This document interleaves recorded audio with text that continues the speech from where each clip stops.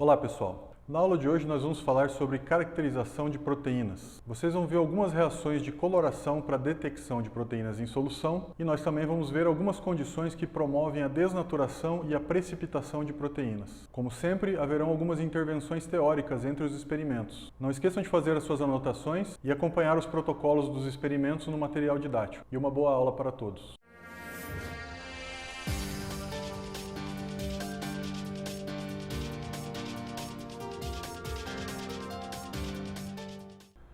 Muito bem. Nessa primeira parte da aula, nós vamos falar sobre reações de coloração para detecção de proteínas em solução. Nós vamos ver duas reações diferentes, uma conhecida como a reação da ninhidrina e a outra conhecida como a reação do biureto. Então vamos começar pela reação da ninhidrina. Essa reação leva esse nome devido ao composto ninhidrina, que é utilizado para detectar grupamentos amino em qualquer tipo de molécula, incluindo aminoácidos, oligopeptídeos e proteínas. Nessa reação química, que depende de temperatura para acontecer, a ninhidrina, na presença de grupamentos amino, vai sofrer uma reação de condensação para formar um composto de coloração púrpura. Portanto, se uma substância der positiva para a reação com a ninhidrina, significa que ela contém grupamentos amino. Já a reação do biureto não é uma reação química propriamente dita. O reativo de biureto nada mais é do que sulfato de cobre dissolvido numa solução aquosa com alto pH, ou seja, uma solução alcalina. Nessas condições de alcalinidade, o nitrogênio da ligação peptídica entre os aminoácidos que formam a proteína assume a sua forma desprotonada e, portanto, fica com um par de elétrons livres, que pode se complexar com os íons de cobre que serão liberados na solução, pelo reativo do biureto. Para que esse complexo seja formado, são necessárias 4 ligações coordenadas entre o íon cobre e os nitrogênios das ligações peptídicas. Dessa forma, a reação do biureto só será positiva caso esteja presente na solução peptídeos com 3 ou mais aminoácidos, ou seja, que tenham pelo menos 2 ligações peptídicas cada um. Então vamos ver na prática como é que funcionam essas duas reações de coloração de proteínas. Acompanhe no primeiro experimento. Muito bem, pessoal. Então agora a gente vai ver as nossas duas reações de coloração de proteínas. Nós vamos começar pela reação da ninhidrina. Tá? Então nós vamos pegar esse tubo 1 e aqui nós vamos adicionar 5 gotas de solução de proteína, 10%, e 2 ml de solução de ninhidrina. Então vamos lá.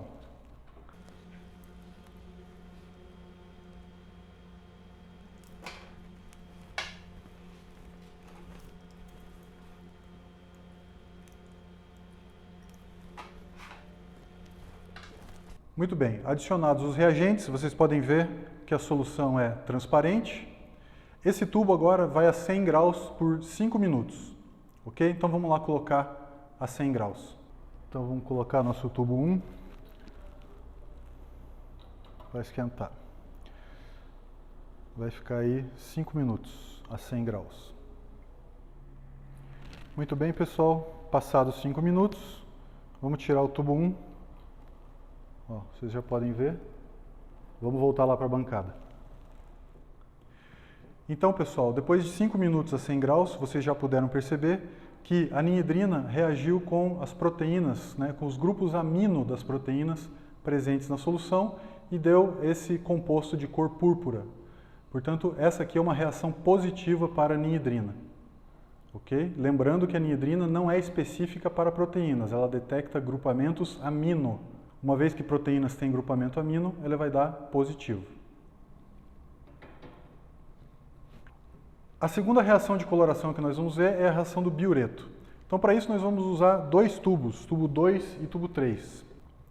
No tubo 2, nós vamos colocar 1 ml de proteína 10% e 1 ml do reativo do biureto. E no tubo 3, nós vamos colocar apenas 1 ml de água e 1 ml do reativo de biureto. Portanto, no tubo 3 não vai ter proteína. Vamos ver qual que é o resultado para esses 2 tubos.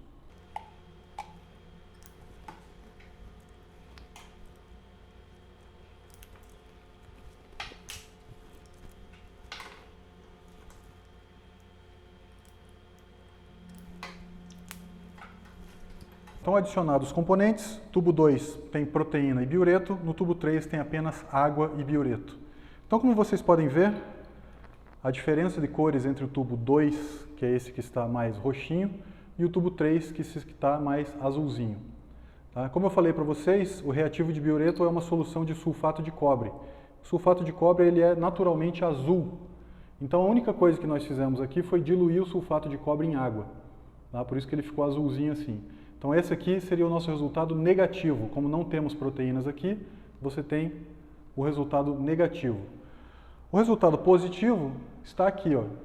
Então, o biureto, né, os íons de cobre que estão no biureto reconheceram os nitrogênios das ligações peptídicas, significa que aqui deu uma reação positiva. Tá? Significa que nessa solução de proteína 10% nós temos peptídeos com pelo menos 3 aminoácidos ou mais, ou seja, peptídeos que têm pelo menos 2 ligações peptídicas. Por isso, como vocês viram, em ambos os casos, tanto na reação da anhidrina quanto na reação do biureto, as reações positivas, ou seja, que dizem que há proteína na solução, se dão pela mudança de coloração nos tubos, seja pela formação de um composto de cor púrpura, no caso da anhidrina, seja pela complexação dos íons de cobre, no caso do reativo de biureto. É importante reforçar algumas diferenças entre essas duas formas de detecção de proteínas. Primeiro, com relação à reação da anhidrina, trata-se de uma reação química, ou seja, existe mudança dos reagentes para formar diferentes produtos. Essa reação precisa de energia térmica, calor, para acontecer. E não é uma reação específica para detectar proteínas, uma vez que ela detecta qualquer substância que tenha agrupamentos amino, incluindo aminoácidos, peptídeos e proteínas.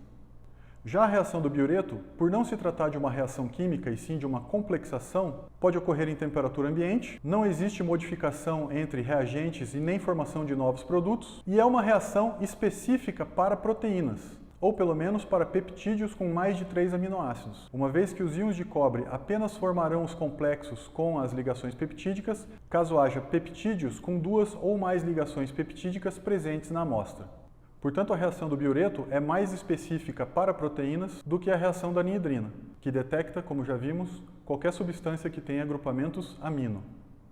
Agora que vocês já viram as reações de caracterização de proteínas por reações de cor, nós vamos falar sobre reações de desnaturação e precipitação de proteínas. Primeiro é importante fazer uma distinção entre esses dois conceitos, o que significa desnaturação e o que significa precipitação. Quando nós falamos em desnaturação de uma proteína, nós estamos falando em perda da estrutura tridimensional, com a consequente perda da atividade biológica. Como vocês já viram nas aulas teóricas, a atividade biológica da maioria das proteínas é intrinsecamente dependente da sua estrutura tridimensional. Quando uma proteína perde a sua estrutura terciária, ela também perde a sua função biológica. Já quando nós falamos em precipitação, nós estamos falando em insolubilização. Nós estamos inferindo que essa molécula deixou de ser solúvel no meio. Ou seja, uma molécula que estava solúvel depois de precipitada fica insolúvel na solução. Em grande parte dos casos, a desnaturação de uma proteína acarreta na precipitação dessa proteína. Mas existem casos especiais em que a desnaturação não leva à precipitação. E também existem casos em que uma proteína pode ser precipitada, ou seja, insolubilizada, sem que haja mudança na sua estrutura tridimensional, ou seja, sem que ela desnature. E essas técnicas, como nós veremos adiante, são bastante importantes para o trabalho de purificação e isolamento de proteínas.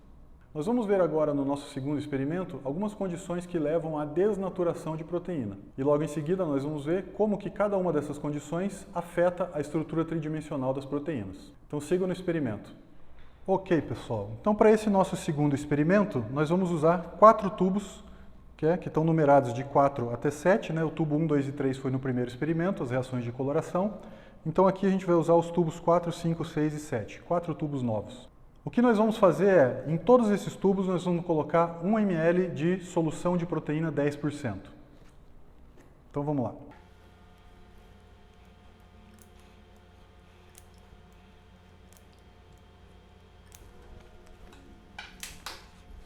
Muito bem, pessoal. Então em cada um dos tubos agora nós temos 1 ml de solução de proteína a 10%. Nós vamos fazer 4 diferentes tratamentos em cada um desses tubos para ver o que acontece com as proteínas que estão em solução. Então, o primeiro tubo, nós simplesmente vamos aquecer a 100 graus por 3 minutos. Tá? Então, o tubo 4 vai ser o nosso tubo de efeito do calor nas proteínas. Então, vamos colocar esse tubo aqui no banho-maria a 100 graus durante 3 minutos. Então, vamos colocar agora o tubo 4 por 3 minutos a 100 graus. Então, vamos lá. Vai ficar 3 minutinhos aí. Muito bem, passado 3 minutos, vamos tirar o tubo 4. Ó, já podem ver como é que ficou. Vamos voltar lá para a bancada. Muito bem, gente, passados 3 minutos no banho-maria, vocês já tinham visto quando eu tirei do banho o que aconteceu com esse tubo. Ele era uma solução translúcida e agora ele é uma solução opaca. Conseguem ver? Tá? Significa que as proteínas que estavam nesse tubo agora estão desnaturadas e, consequentemente, precipitadas. Então, esse é o efeito do calor nas proteínas que estão em solução.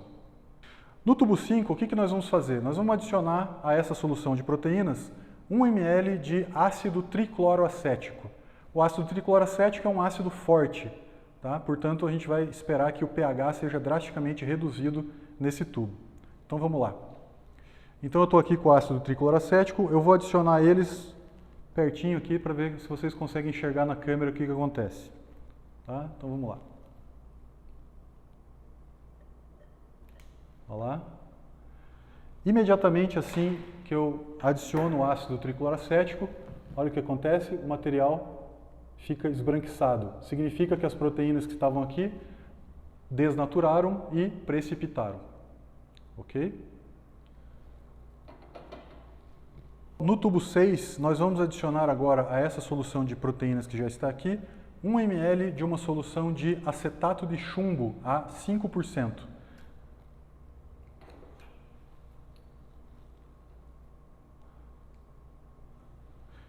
Então, novamente, eu vou adicionar aqui para vocês verem o que acontece.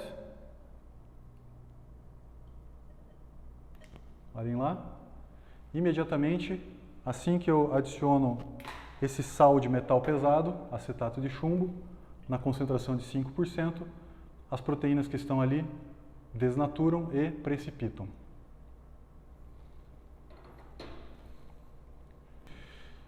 E por último, nesse experimento, nós vamos adicionar ao tubo 7 1 ml de etanol, álcool etílico, que é um solvente orgânico.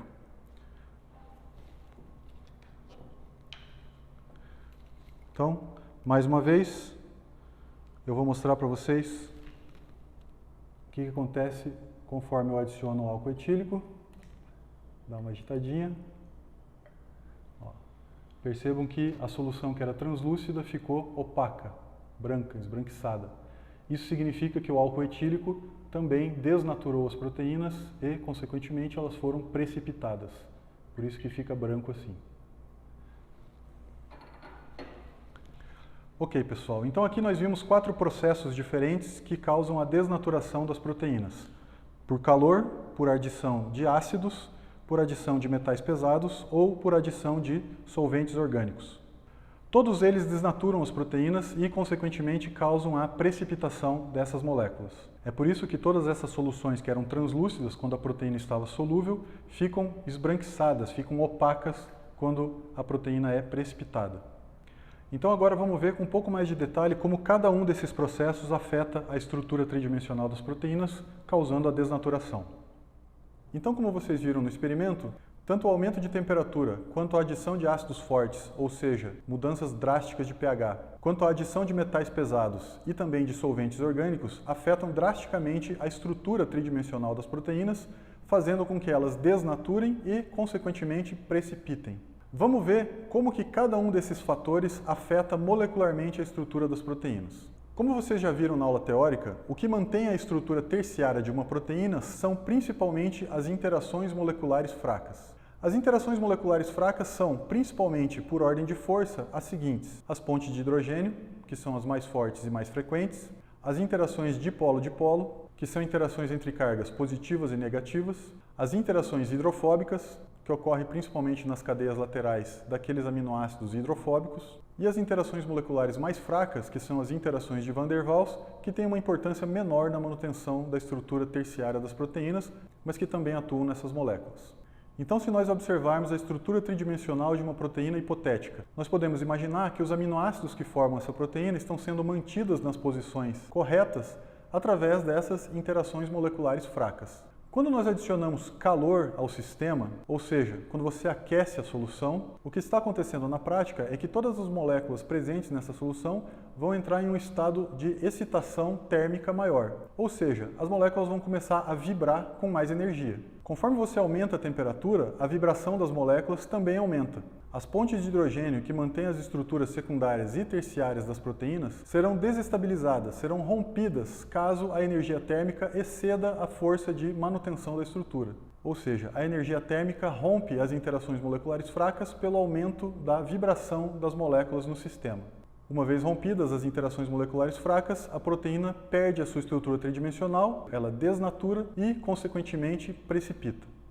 Vocês já viram nas nossas aulas sobre pH e tampão que grupos ionizáveis podem ser protonados ou desprotonados de acordo com o pH do meio. Vocês também sabem que as proteínas são formadas por aminoácidos que podem conter grupos laterais com grupos ionizáveis, carregados positivamente, no caso de grupos básicos, ou negativamente, no caso de grupos ácidos, considerando o pH fisiológico em torno de 7. Portanto, as interações moleculares fracas do tipo dipolo-dipolo entre uma cadeia lateral ácida e uma cadeia lateral básica, entre dois aminoácidos na estrutura da proteína, pode auxiliar na manutenção da estrutura terciária desta proteína. Uma vez adicionado um ácido à solução, ou seja, quando a concentração de prótons aumenta, a tendência é que os grupos ionizáveis sejam protonados. Portanto, aquelas cadeias laterais dos aminoácidos ácidos que estavam com uma carga negativa, quando estiverem na presença de uma concentração maior de prótons, por causa da adição de um ácido, serão protonadas e, portanto, perderão a sua carga. Isso, obviamente, desestabilizará as interações dipolo-dipolo, uma vez que uma carga positiva que interagia com uma carga negativa, agora não tem mais com o que interagir. Novamente, você desestabiliza a estrutura terciária da proteína e ela vai desnaturar. O mesmo princípio pode ser entendido se, ao invés de um ácido forte, você adicionasse uma base forte à solução. Nesse caso, por causa da diminuição da concentração de prótons, os grupos ionizáveis das cadeias laterais seriam desprotonados, o que afetaria principalmente as cadeias laterais com grupamentos básicos, que em pH fisiológico estariam carregadas positivamente, mas que seriam desprotonadas e, portanto, perderiam a sua carga na eventual subida do pH. Da mesma forma, as interações dipolo-dipolo seriam desfeitas e a proteína desnaturaria. A adição de sais de metais pesados a uma solução de proteínas, especialmente quando essa solução de metais pesados está em alta concentração, como é o caso do acetato de chumbo a 5% que nós usamos, acarretará na desnaturação das proteínas pela formação de proteinatos de metais pesados. Qualquer sal de metal pesado que a gente for utilizar, seja chumbo, mercúrio, cádmio ou estanho, por exemplo, quando em solução, vão liberar os cátions de metais pesados, que, na sua grande maioria, são íons divalentes, ou seja, têm duas cargas positivas. Essas cargas positivas têm uma alta afinidade pelas cargas negativas presentes nas proteínas. Isso significa que, em altas concentrações, esses íons divalentes de metais pesados vão se ligar às cargas negativas presentes nas cadeias laterais dos aminoácidos que formam as proteínas. Além de afetar as interações dipolo-dipolo que estabilizavam a proteína, a formação desses proteinatos de metais pesados, devido à grande densidade desses íons, também faz com que a proteína desnature e precipite. E no nosso último tubo do experimento anterior, vocês viram o efeito de um solvente orgânico na desnaturação das proteínas. Quando uma proteína está num ambiente aquoso, aqueles aminoácidos que têm cadeia lateral polar normalmente se encontram na superfície da proteína, uma vez que têm a capacidade de formar pontes de hidrogênio com a água, ajudando, portanto, a solubilizar as proteínas na solução. Em contrapartida, aqueles aminoácidos que têm cadeia lateral apolar tendem a ficar escondidas no interior da proteína, fugindo da água que está ao redor da molécula. Lá no meio da proteína, esses aminoácidos com cadeia lateral hidrofóbica estabilizam a estrutura tridimensional da molécula através das interações moleculares hidrofóbicas. Quando nós adicionamos um solvente orgânico ao meio em que a proteína se encontra, a constante dielétrica do meio diminui, ou seja, a polaridade do meio diminui. Isso faz com que aqueles aminoácidos da superfície que interagiam muito bem com a água não consigam interagir com o solvente orgânico, uma vez que a polaridade é menor. Em contrapartida, aqueles aminoácidos hidrofóbicos que se escondiam no meio da proteína, agora têm a chance de vir até a superfície e interagir com o solvente, uma vez que a polaridade do ambiente mudou. Isso faz literalmente com que as proteínas virem do avesso. Ou seja, elas perdem a sua estrutura tridimensional porque os aminoácidos hidrofóbicos agora vão interagir com o solvente, que tem uma menor constante dielétrica, ou seja, está mais apolar. Novamente, a estrutura tridimensional da proteína é completamente desfeita e ela, por consequência, precipita. A maioria desses fatores de desnaturação é irreversível, ou seja, uma vez desnaturada, a proteína dificilmente recuperará a sua estrutura tridimensional. É o que acontece, por exemplo, quando você cozinha um ovo. A clara do ovo, que é praticamente proteína pura, ovo-albumina, quando aquecida, vai fazer com que essas proteínas desnaturem, consequentemente precipitem. E uma vez desnaturadas, essas proteínas não recuperarão mais a sua estrutura terciária. Ou por acaso alguém já conseguiu descozinhar um ovo? A mesma coisa acontece para proteínas que foram desnaturadas por grandes variações de pH ou por adições de metais pesados ou de solventes orgânicos. Dificilmente elas recuperarão a sua estrutura tridimensional. Existem alguns casos específicos, entretanto, onde é possível precipitar proteínas variando o pH ou adicionando solventes orgânicos sem que elas desnaturem, mas são exceções. De modo geral, esses 4 fatores que nós vimos desnaturam proteínas de forma irreversível. Existe, contudo, uma técnica muito importante utilizada em praticamente todos os laboratórios que trabalham com proteínas, que é o processo de precipitação fracionada de proteínas sem que haja desnaturação dessas proteínas. Ou seja, com essa técnica nós podemos precipitar algumas proteínas selecionadas sem que elas desnaturem, ou seja, mantendo a função biológica dessas proteínas, e podemos, portanto, ressolubilizá-las para utilizá-las posteriormente. É isso que nós vamos ver no nosso terceiro e último experimento de hoje. Então acompanhe com bastante atenção, faça suas anotações e vamos lá. Para esse nosso terceiro experimento, o que nós vamos utilizar é 15 ml de clara de ovo. Então eu já estou aqui com a clara de ovo in natura, eu já separei aqui mais ou menos 15 ml. Tá? Eu quero que vocês percebam que a clara de ovo está bastante translúcida, o que significa que as proteínas aqui estão solúveis, ok? O que nós vamos fazer aqui agora é adicionar água destilada a essa clara de ovo. Então eu vou adicionando e agitando com cuidado até vocês verem o que acontece. Então vamos lá.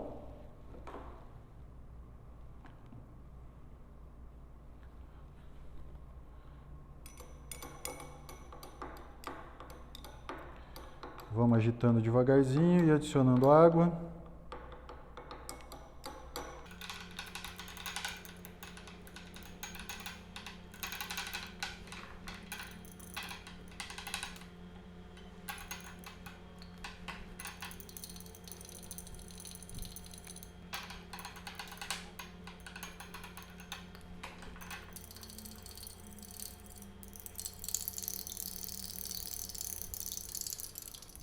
Ok, pessoal, então agora que a gente adicionou água destilada à clara de ovo, vocês podem ver que o aspecto dela já mudou.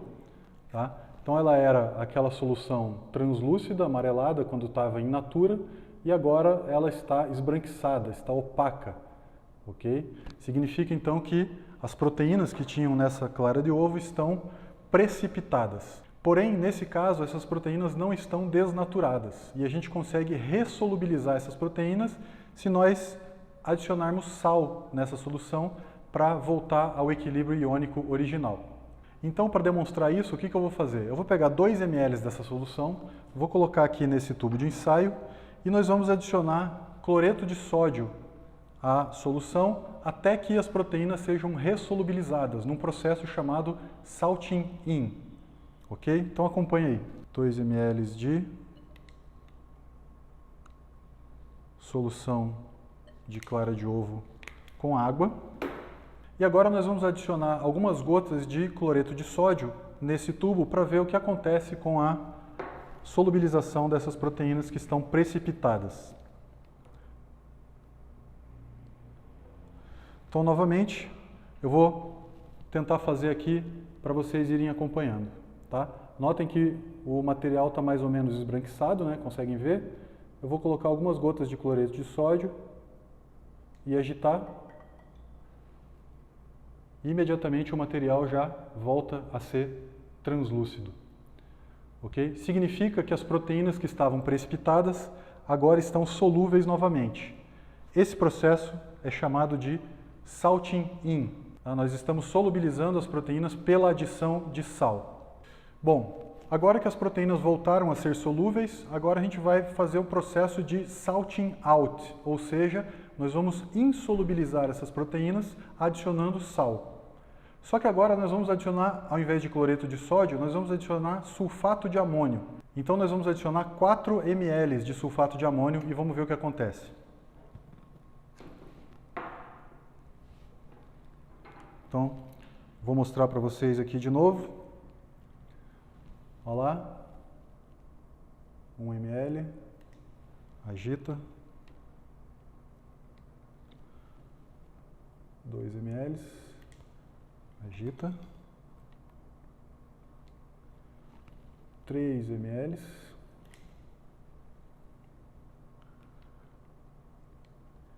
E 4 ml.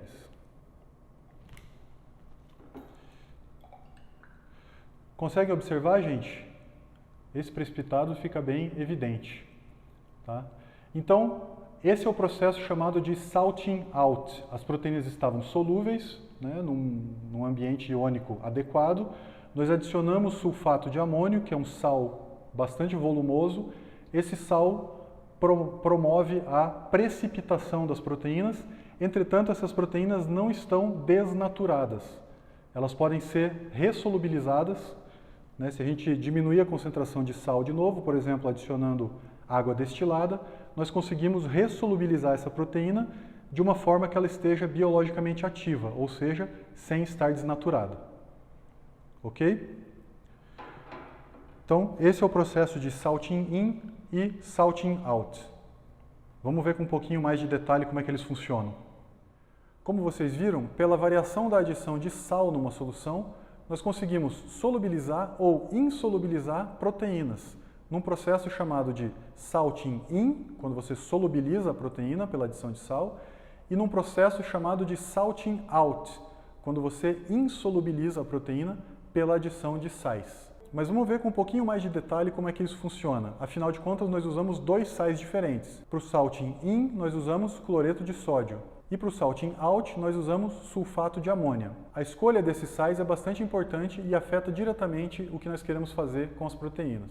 Então perceba, quando nós tínhamos a clara de ovo solúvel in natura, a gente tinha uma concentração de sal ideal para que a ovoalbumina, ou para que as proteínas dentro dessa clara de ovo, estivessem solúveis. Quando nós adicionamos água destilada, o que nós estamos fazendo é diminuindo a concentração de sais nessa solução. Aquele sal que antes estava numa concentração ideal é fundamental para auxiliar na solubilização das proteínas. Os sais presentes no meio interagem com as cargas positivas e negativas da proteína e ajudam a estabilizar a solubilidade. Quando a gente diminui a concentração desses sais pela adição da água destilada, nós estamos promovendo a interação de cargas entre as proteínas, ou seja, nós estamos favorecendo a interação proteína-proteína. Isso vai fazer com que as proteínas se juntem em grandes aglomerados e precipitem, sem alterar a estrutura tridimensional de cada uma delas.